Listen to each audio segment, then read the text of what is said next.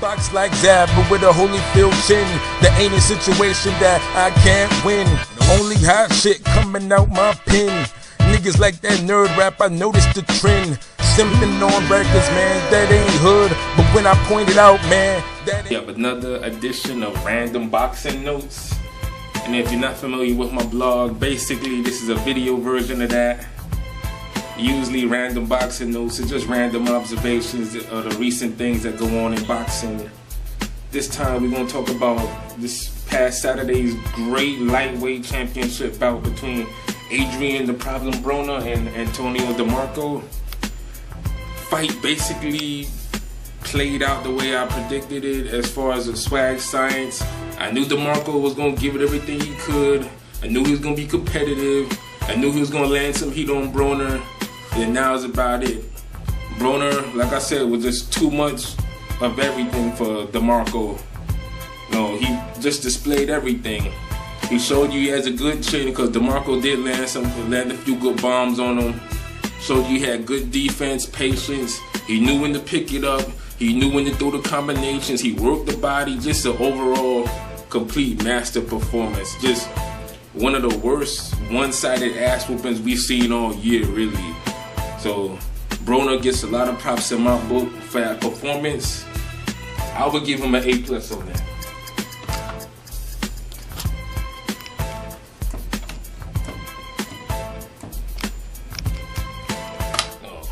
A+ on that performance. Couldn't go wrong with it, just everything. I know a few people want to jump the gun and say he's top 10 pound for pound. Just whoa, slow it down, folks. He's not there yet. Let him get a couple more big victories. I would like to see him maybe unify the lightweight title, fight either Vasquez or Ricky Burns. Although those are not real big profile matchups, because they haven't really had the exposure that DeMarco's had. It's still pretty good fights for the division. Then after that, I would expect to see Broner move up to 140, where you got a lot more marquee matchups. So Broner, he deserves to be in the top 20 pound for pound, but top 10, not just yet. Let him get a couple bigger victories, because you got to remember, Abner Mares, he's just now getting into that pound for pound top 10, and he's fought like the gauntlet of good fighters with, you know, beating Abeko twice, Darchinian, Yanni Perez, he got a draw with him, Eric Morel, Anselmo Moreno. So you gotta keep things in perspective. So Broner, you know, if it hasn't been said before, he's must-see TV when it comes to boxing. Just great overall style. He's like a beast mode version of Floyd Mayweather. You gotta love that offense and power.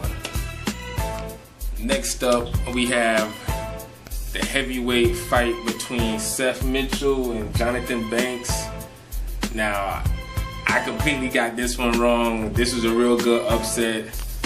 Kind of proud for Jonathan Banks. You know, he's embodying that Emmanuel Stewart, Kronk, Jim essence.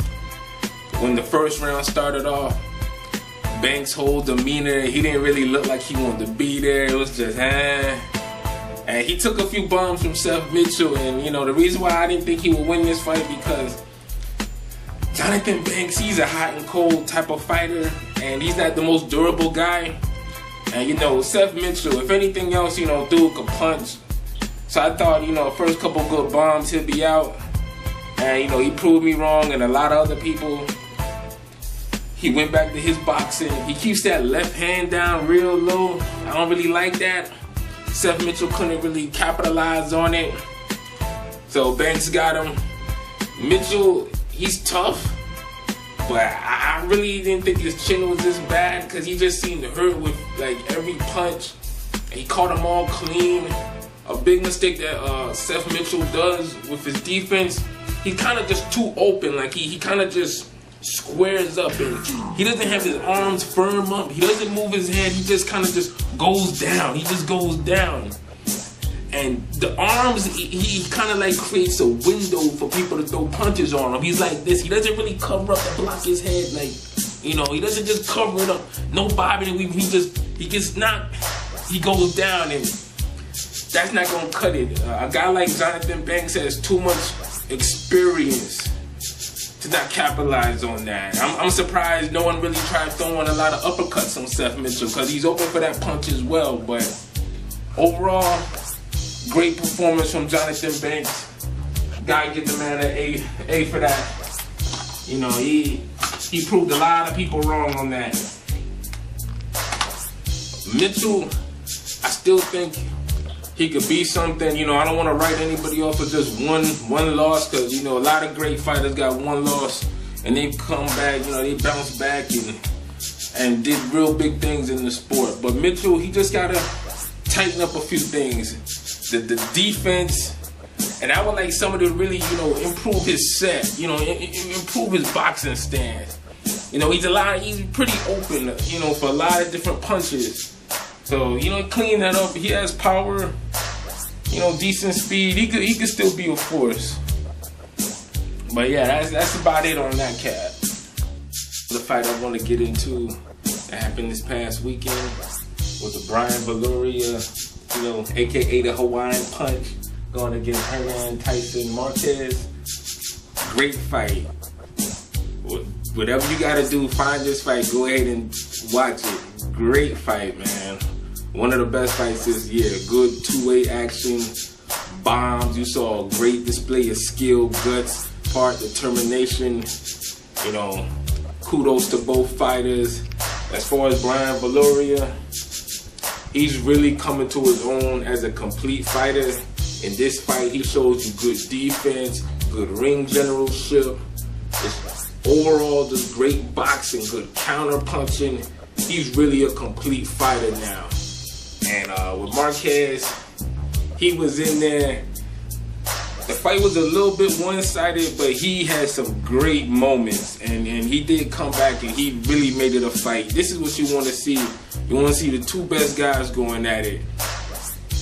As far as the networks, man, y'all really gotta, hey, HBO, Showtime, y'all gotta get on this, man. Y'all gotta put these guys on. Y'all gotta give them some exposure because this is a great action-packed fight that a lot of people needed to see on a big scale. You know, these are the type of fights that you should put on pay-per-view undercards or throw on Boxing After Dark or something.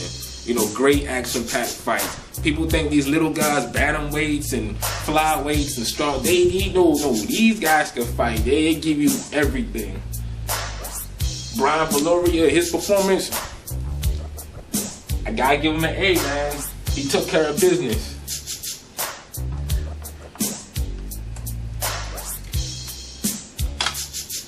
It was a great overall fight. He did his thing. Hopefully his next fight gets on a major network, you know, so we could really see him out there get the shine that he deserves. And hopefully Marquez can rebound from this loss.